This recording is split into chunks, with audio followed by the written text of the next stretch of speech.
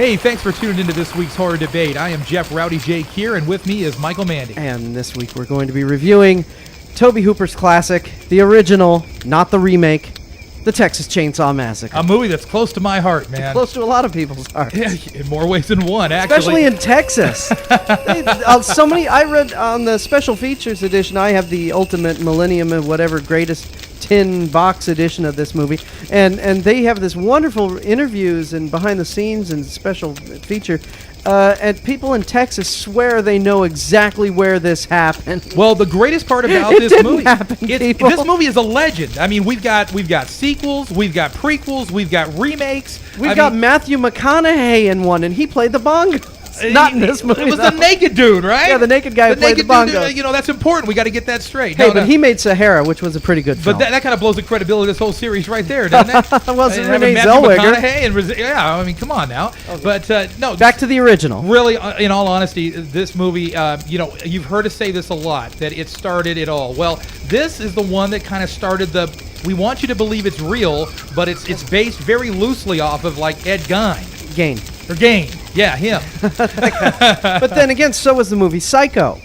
You know, that's true. This movie, it says it's based on the true events, but you know what? There's only one tiny event. This is 99% fabrication from the mind of Tobe Hooper. Right. And what a demented freaking mind this guy's I know. got, it was a pretty good film. It's savage filmmaking. Great term. Savage filmmaking. That's what it is, man. And the great thing about this movie was that it was very believable. I mean, you watch it from beginning to end, and you never really get the sense of that didn't freaking happen. Mm-hmm. You don't get that from this. Whereas I thought in the remake, it was more slick. It was too slick to be real. And this one you watch from beginning to end, and honestly, you could believe, especially with the police at the end, going down into the basement or whatever. On the remake? That's what I'm saying. Yeah, exactly. But, the original movie felt real, and that's why they were able to get by with what they did. The marketing of it was, hey, this really happened. Like I said, with the remake, it just didn't feel that way. Exactly. I mean, this movie captured everyone's imagination. This was the Blair Witch Project of its day. Yeah, absolutely. People said this really happened.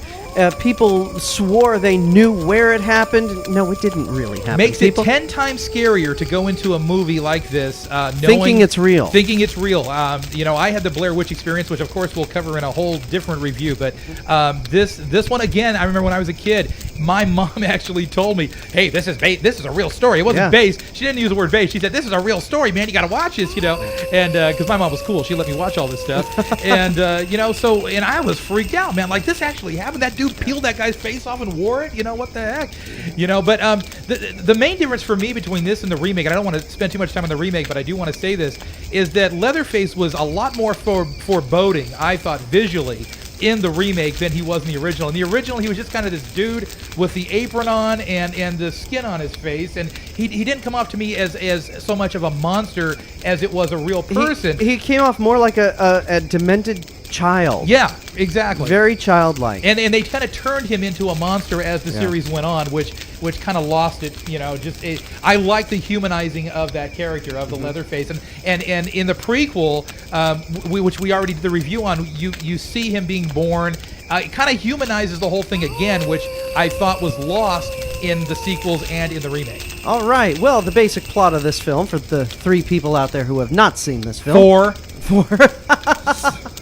I got to be the accurate one here. Okay, well, some weird psycho guy is messing with graves at the local graveyard, and so these teenagers and their friends decide to go check it out and make sure that Grandpa's grave hasn't been messed with. And afterwards, heck, stop on by the old homestead you haven't been in 20 years and check out the old swimming hole. And so by the time they get there, the house is all fallen down and the swimming hole's all dried up, and some strange neighbors moved in next door. You think?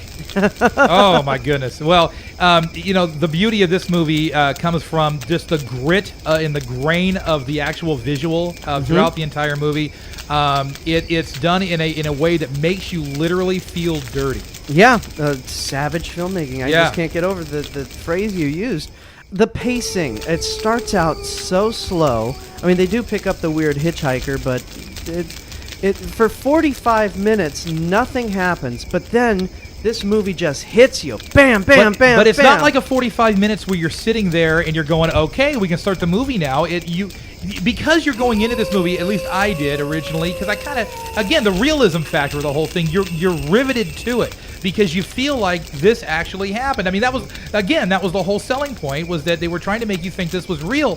So when you went into it the first time, and I remember when I went into it the first time, I couldn't get my eyes off of it because I'm like, man, these kids really did this. They picked up this crazy guy that cut himself and blah, blah, And they should have given him the $2 for the picture. Hey, man, I would have. But they should have.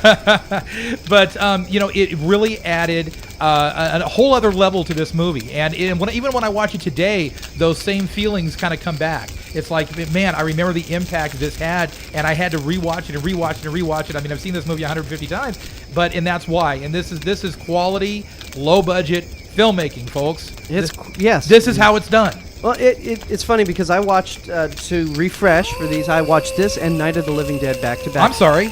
Two first films by future, big name directors. Tobe Hooper, big name. Well, he did Poltergeist. It made a lot of money. Hey, I liked Poltergeist. Yeah, I didn't. Okay. We'll talk about that later. Okay. But I just mean these guys weren't one-offs. They had careers in filmmaking.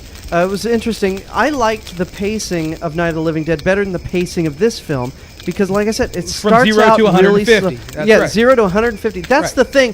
When the guy walks into the house, hello, is there anyone home? All of a sudden, bam, Leatherface whacks him on the head and slams that metal door Right. shut. Bam, you are going, whoa. Talk about an impact. What just happened? Yeah, talk about and an all of a sudden impact. the girl walks in. What? All of a sudden, bam, bam, bam, hook in Yeah. the back. Ah! Oh my God, Yeah. and just in 4 minutes time, so many people get taken out all at once. I mean, in today's movies, Most movies that do that are really, really bad. well, Just so you know, most a lot movies of where there are films- 4 kills like in 15 seconds, those movies suck. Yeah. This Well, movie didn't. what a lot of movies do now is they would take each kill individually and make it a stretched out long chase Make scene it almost a to- story within a story to- of how these people I got think killed. just to pad the film time. That's We've got 90 minutes to fill here. very Let's possible. have him chase after each individual person. But then after you get the 4 people, then to me the film stopped. Just the whole dinner scene and hey, let's give Grandpa the hammer and oop, it's falling into the tub. Oop, Right, it's falling in. After a while, I was really getting tired of hearing her scream. It's like, God, take her out already. Yeah, God. So I had a problem with the movie, with the whole pacing of the film. It was like So you didn't like the pacing. You I thought did it not was, like the pacing. It was draggy, and all of a sudden, bam! All of a sudden, 100. It went from 0 to 150 to like 10. Yeah, it did. But again, like I said, for me, boredom is something that comes into these movies sometimes where I just want to just turn it off. And this movie never gave me that. And I think the reason it didn't, like I said, is because in the back of your mind, you're going, they're doing this because this is how it really happened. And of course, it didn't, but that's what you're thinking going into the movie. Mm-hmm. If I was to go in the movie the first time saying, oh, this is fake, I may have had a different reaction. Yes, the impression of this would have been different. Yeah. So even if they would have changed the name of this to Wrong Turn or something like Right, that, right. I don't think this movie would have had the impact. Yeah. It had a wonderful title, a great marketing campaign. Lots of syllables. And John Larroquette, future star, did the That's right. narration at the beginning. That's right. And I didn't recognize his voice right off the bat. Well, actually, I should say I recognized the voice. I just couldn't place the voice. Yeah. And then you reminded Night me Court. that it was, John Larroquette. And So- I liked in Texas Chainsaw the beginning, when at the very end of that movie, John Larroquette does the voiceover at the very end of that movie. And I was just like, oh, yeah. I like it when they pay homage. Well, it's just keeping it, together. It's Yeah. it's bringing the scenes together, and that's something that I thought the prequel did very well, actually. It's funny, on the special features, because I have the Millennium Edition wonderful You got tin the box. cool one. I got the awesome one. I got the one that's not even anamorphic. It's like, you watch it on a widescreen HD TV, and it's like a picture-in-picture window. It doesn't even stretch. It looks horrible. I have the awesome total in a tin box edition, and Joe Bob Briggs on the special features says perfectly. In these kind of movies, the person in the wheelchair is usually played for the sympathy vote, and this guy was just so irritating. I was so glad when Leatherface just went and just carved him up, man. Yeah. He was so irritating. Yeah, that little fit he threw with the spit and the crying and the it was bad. It was just bad. Oh man, reminded me of one of my kids, man. Even my kids aren't that bad, you know. I mean, if they were, I could see you putting on an apron and going after. Hey, man, it's happened. All right, Jeff, how many stars, man? The original Texas Chainsaw Massacre is a classic in every sense of the word. It's like I said, it's legendary in its story and in its scope, and honestly, I got to go 4 out of 5, man. I would give it 4 out of 5 because the historical value, and I love the term savage filmmaking, but I tell you, just the dinner scene I thought dragged on way too long with the, hey, have Grandpa doing it and everything.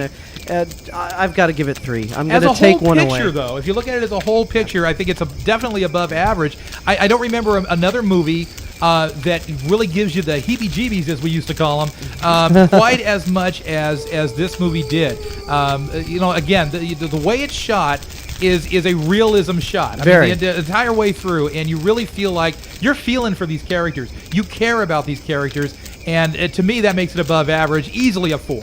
All right. I'm Michael Mandy. He's Rowdy Jeff. We'll see you next time at the Horror Debate.